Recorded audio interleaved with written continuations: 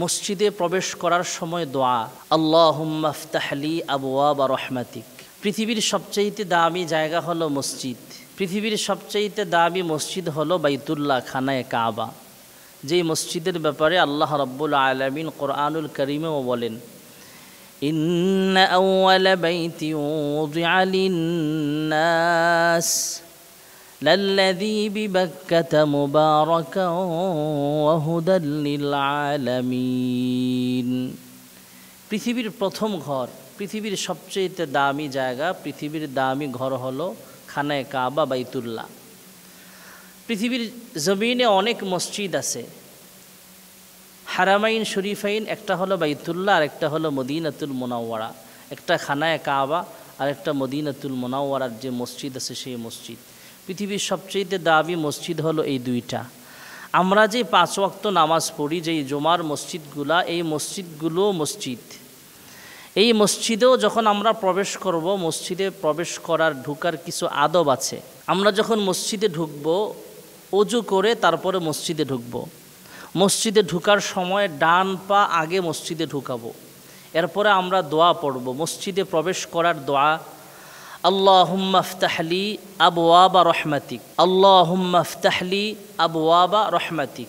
এই দোয়া পড়ে আমরা মসজিদে প্রবেশ করলাম। কেউ যদি সময় পায়, নিষিদ্ধ ওয়াক্ত না থাকে, তাহলে 2 রাকাত তাহিয়াতুল মসজিদ পড়া, এটা মসজিদের আদব। মসজিদে প্রবেশ করার সময় নফল ইতিকাফের নিয়ত করা। যতক্ষণ আমরা মসজিদে থাকব দুনিয়াবি কথাবার্তা না বলা। আমরা মসজিদে যতক্ষণ থাকব ততক্ষণ মসজিদের ভদ্রতা বজায় রাখা। আমরা যখন মসজিদে ঢুকলাম, ঢুকার পরে অনেক সময় দেখা যায় একটু বালু পড়ে আছে, মসজিদে একটু অপরিষ্কার আছে কোনো জায়গায়, অথবা একটু বাতাসের সাথে একটা কাগজের টুকরা পড়ে আছে, বাতাসের সাথে উড়ে উড়ে কোনো পাতা চলে আসছে মসজিদের ভিতরে। তখন আমরা মসজিদটা একটু পরিষ্কার করে দেব। মসজিদের খাদেম আসছে কিনা, মুয়াজ্জিন আসছে কিনা, সেদিকে খেয়াল করব না, আমরা নিজের হাতে পরিষ্কার করে নেব। কেউ যদি আল্লাহর ঘর মসজিদ পরিষ্কার করে, আল্লাহ তাআলা তার দিলটা পরিষ্কার করে দেয়।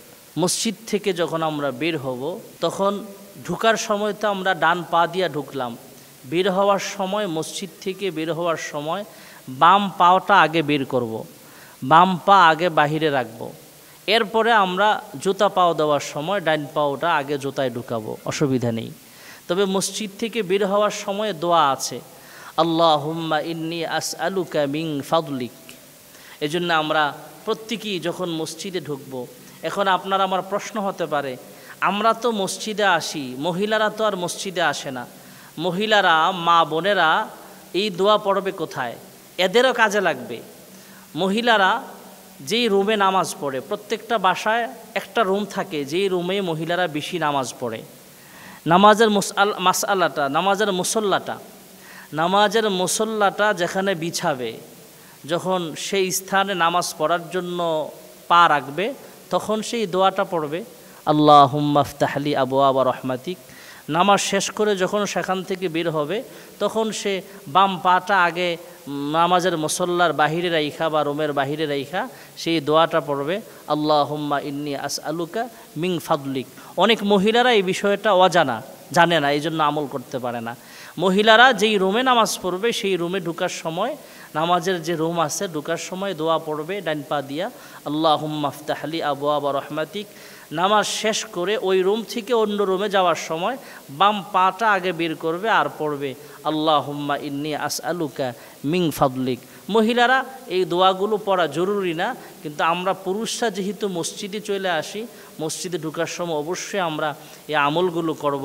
কারণ মসজিদ আল্লাহর ঘর, আল্লাহর ঘরের আদব ভদ্রতা বজায় রেখে, মসজিদের ভদ্রতা বজায় রেখে মসজিদের আজমত করার, মসজিদে আল্লাহর ইবাদত করে আবেদ হয়ে, আল্লাহর গোলাম হয়ে কবরে যাওয়ার তৌফিক আল্লাহ তাআলা আমাদের সবাইকে দান করুন।